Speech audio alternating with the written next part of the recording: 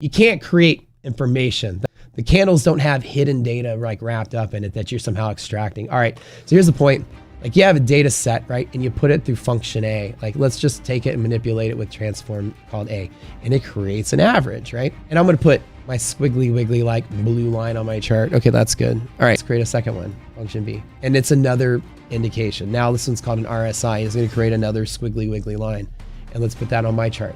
And somehow when I keep adding these things, here's function C, right? I'm gonna create a third indicator and it's another squiggly wiggly line, looks different. And somehow I keep adding these things to my chart. They're not creating extra information. They're reorganizing it differently. The smoother it is, the more the delay. So let's create an infinite number of these functions, right? And we'll span the boundary conditions from smoothness equals 0 to smoothness equals infinity. But this is like math language that states that I'm going to create an infinite number of functions, and each one of them smoothness can be 0, then 1, then 2, and 3, all the way to infinity.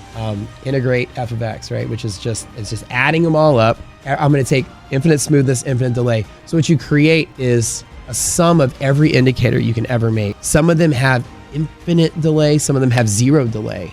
Right? So when you add them all up together, and somehow you create some kind of magic function. Now you go out to the universe, you find God himself, you go, hey bro, give me a function. And God goes, don't worry bro, I got you. Here's a coefficient. I'm gonna give you this random number that reverses the delay on time. And he goes, don't worry, I'm God. I got you a number, a coefficient, it's 42. Just add 42 to your number and you remove the delay. And you go, thanks God, that's amazing. I now have all my infinite indicators and I've removed the delay with the magic God number. And God says, yeah, that's correct. You have a data set that tells you which direction it's going with no delay. And he goes, you just went through all this work to recreate price. He said, congratulations, you recreated the data set you started with. You're back to where you started. Isn't that crazy, right?